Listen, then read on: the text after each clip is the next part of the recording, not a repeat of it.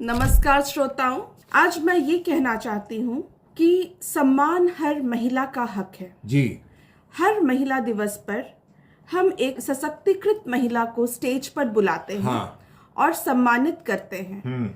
लेकिन बहुतों को ये नहीं पता होता है कि आज वो जिस मुकाम पे पहुंची हैं, जी। उसके पीछे उन्होंने कठिन प्रयास किया है और तभी वो लोग पहुंच पाई हैं। जी जी जी। इसी तरह श्रद्धा आईवीएफ हर उस महिला या उस दंपति को सलाम करता है। हाँ। खासकर वो जो ग्रामीण क्षेत्र से आकर जी आईवीएफ कराई हैं और सफल माँ बाप बन पाए हैं। लेकिन हम उनको भी सलाम करते हैं, खासकर उनके पति को और उनके परिवार वालों को। Exactly. जिनके सहयोग के बगैर वो महिला जो कि बहुत साल से निसंतानता से जूझ रही थी, उन्होंने उन्हें उस महिला को आईवीएफ के लिए प्रेरित किया और आज इस विज्ञानी चमत्कार के कारण वो माँ बाप बन पाए।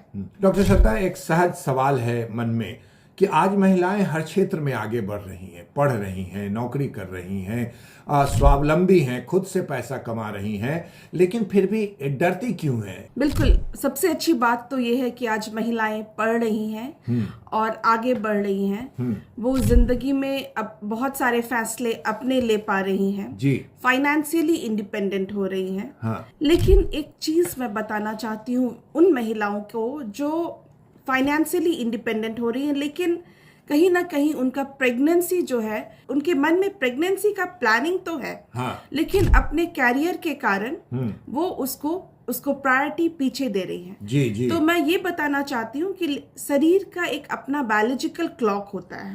वो हमारे सपनों पर सवाल नहीं उठाती, लेकिन उनका अपना समय होता है। हर महिला को जो अंडाशय होता है, उसमें जो अंडा होता है उसका नंबर फिक्स्ड होता है। विदेश में ये देखा गया है कि एक महिला जिसका 40 साल का उम्र है, उसके बाद उसका माँ बनने का संभावना घटता जाता है। जी। लेकिन इंडिया में एक औरत 30 साल के बाद ही उसका माँ बनने की संभावना कुछ घटते जाती है। जी। इसका एक बड़ा कारण है हमारा खान पान। जी।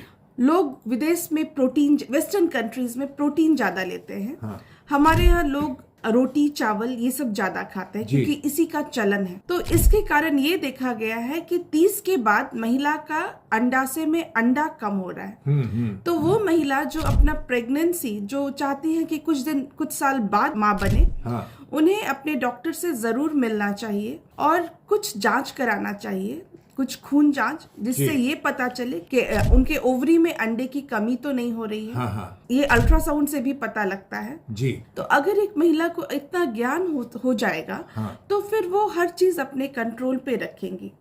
तो मैं ये बताना चाहती हूँ कि ममता का आंचल एक मंच है जहाँ हर महिला को ये ज्ञान हो पाए। डॉक्टर श्रद्धा, एक बात बताइए कि इनफर्टिलिटी क्या है और इधर तेजी से इनफर्टिलिटी बढ़ रही है। निसंतानता कहते हैं अगर कोई दंपति 1 साल से कोशिश कर रहा है और उन्हें बच्चा नहीं हो पा रहा है, जी, उनको कहा जाता है कि वो निसंतानता से ग्रसित हो रहे हैं।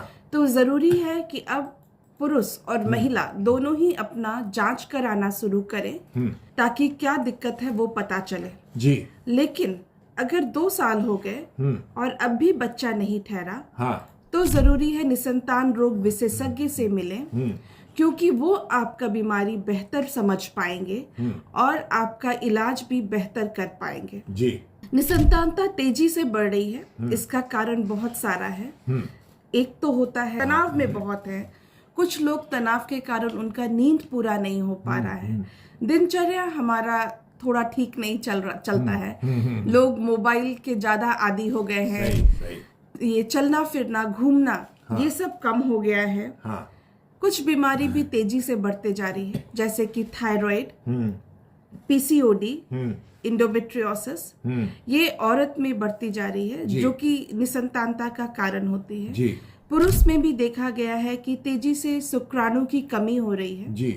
डेफिनेटली तनाव एक बड़ा कारण है, लेकिन और जो बड़ा कारण है वो ये है कि गुटखा, तंबाकू, ये सब का सेवन करना, फूड हैबिट्स, जंक फूड ज्यादा खाना, ये सब भी कारण है जिससे निसंतानता बढ़ते जा रही है। इलाज बहुत से हैं, लेकिन जिनका निसंतानता का बहुत दिन से जूझ रहे हैं इससे, तो जरूरी है कि वो निसंतान रोग विशेषज्ञ से मिले। हो सकता है आपका इलाज दवाई से ही ठीक हो जाए, लेकिन जरूरी है कि आप सही दवाई खाएं, तभी आपका निदान हो पाएगा। कुछ लोगों को दवाई से नहीं, उनको आईवीएफ का भी जरूरत पड़ता है जी। तो जरूरी है कि अगर जरूरत पड़ता है तो वो भी करा ले। अगर मैं आईवीएफ कहती हूँ तो बहुत लोग घबरा जाते हैं। घबरा इसलिए जाते हैं क्योंकि उनको इसके बारे में अधूरी और गलत जानकारी होती है। आईवीएफ कोई अचानक किए जाने वाला डरावना इलाज नहीं, यह एक नियंत्रित, वैज्ञानिक और महिला केंद्रीय प्रक्रिया है।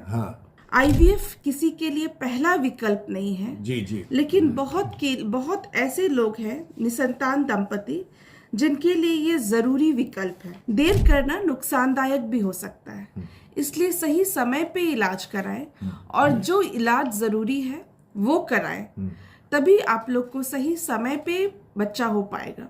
मैं ये भी बताना चाहती हूँ कि आईवीएफ जो होता है वो 100% नहीं होता है जी। इसका सक्सेस रेट 60-70% ही होता है। फिर भी बहुत है बिल्कुल। अगर कोई निसंतान दंपति 10 साल से जूझ रहे हैं, 15 साल से जूझ रहे हैं और उनको अब तक बच्चा नहीं हो पाया, तो अपने आप से तो कभी नहीं बच्चा हो पाएगा जी।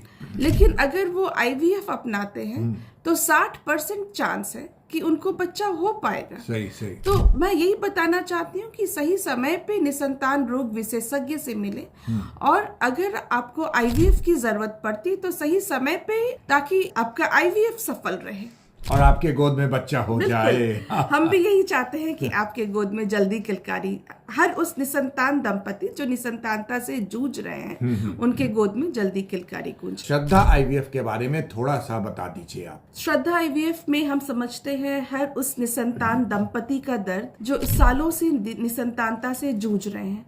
हम ये भी जानते हैं कि निसंतानता के लिए ज्यादातर महिला को बात कहा जाता है और अकेले वो घुट रही होती है। लेकिन कभी कभी कारण पुरुष भी होते हैं जी।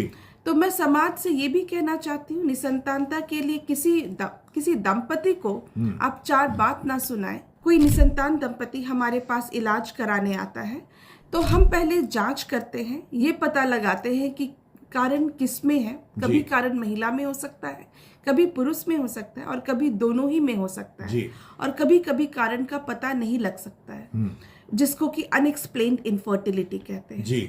तो हम हर कोशिश करते हैं कि उनको बच्चा ठहर जाए। हो सकता है दवाई से ठहर जाए, हो सकता है आईवीएफ से ठहरे, लेकिन हम सही इलाज देने का कोशिश करते हैं ताकि उस निसंतान दंपति का सपना जल्दी पूरा हो। मैं राजेश और डॉक्टर श्रद्धा आप सबों से विदा लेते हैं और कहते हैं नमस्कार।